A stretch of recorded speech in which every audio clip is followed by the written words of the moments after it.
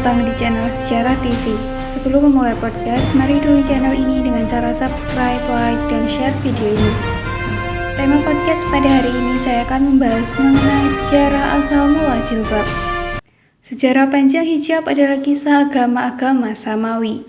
Konsep hijab bukan hanya domain Islam. Dalam Taurat, kitab suci agama Yahudi, sudah disebut beberapa istilah yang semakna dengan hijab, seperti tiferet. Demikian pula dalam kitab Injil, misalnya, istilah zamah, re'alah, zaif, dan mitpahat. Sejarah mencatat hijab dikenal berbagai bangsa dan masyarakat timur kuno sejak dahulu. Bentuknya sangat beragam. Hijab wanita Yunani kuno berbeda dengan yang dipakai wanita Romawi dan Arab. Menurut Epstein, konsep hijab dalam arti menutup kepala bahkan sudah dikenal sebelum datangnya agama-agama Samawi, yakni Yahudi, Kristen, dan Islam. Tradisi penggunaan kerudung yang merupakan bagian dari hijab sudah dikenal dalam hukum kekeluargaan Assyria.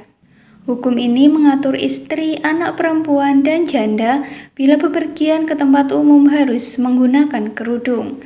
Taurat Perjanjian Lama yang dipenuhi oleh ayat-ayat yang berkenaan dengan hijab kemudian ditetapkan oleh Isa manakala ia datang membawa Injil Perjanjian Baru. Banyak sekali ayat Taurat dan Injil yang menetapkan wanita pada zaman itu harus memakai hijab dan cadar.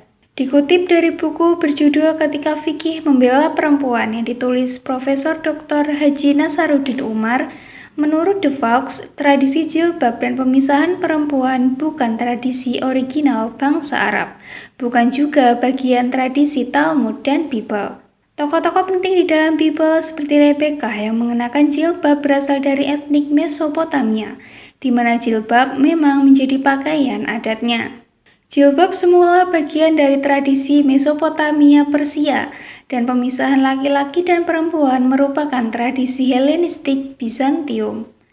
Jilbab juga pernah menjadi wacana dalam Kodeks Bila Lama tahun 3000 sebelum Masehi, berlanjut di dalam Kodeks Hammurabi tahun 2000 sebelum Masehi dan Kodeks Assyria tahun 1500 sebelum Masehi.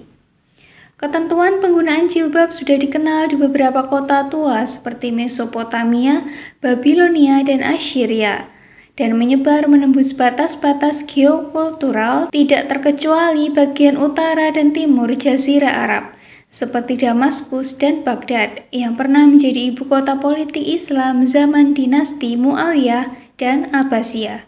Institusionalisasi jilbab dan pemisahan perempuan semakin mengkristal ketika dunia Islam bersentuhan dengan peradaban Helenisme dan Persia di kedua kota penting tersebut. Ketika perang antara Romawi, Bizantium, dan Persia berlangsung, rute perdagangan antar pulau mengalami perubahan, dan untuk menghindari akibat buruk wilayah peperangan, di wilayah pesisir Jazirah Arab tiba-tiba menjadi kota penting sebagai wilayah transit perdagangan.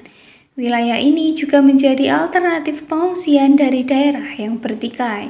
Globalisasi peradaban secara besar-besaran terjadi di masa ini. Kultur Helenisme Bizantium dan Mesopotamia Sasana ikut menyentuh wilayah Arab yang tadinya merupakan geokultural tersendiri. Pada periode ini, perempuan terhormat harus menggunakan jilbab di ruang publik.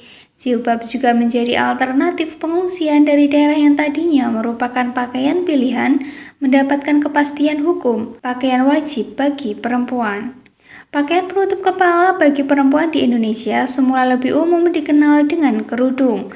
Baru pada permulaan tahun 1980-an menjadi lebih populer dengan istilah jilbab. Jilbab bukan lagi fenomena kelompok sosial tertentu, tetapi sudah menjadi fenomena seluruh lapisan masyarakat. Demikian pembahasan mengenai sejarah asal mula jilbab. Apabila ada pertanyaan dapat ditanyakan di kolom komentar. Jangan lupa untuk terus dukung channel ini dengan cara like, subscribe, dan share video ini. Terima kasih.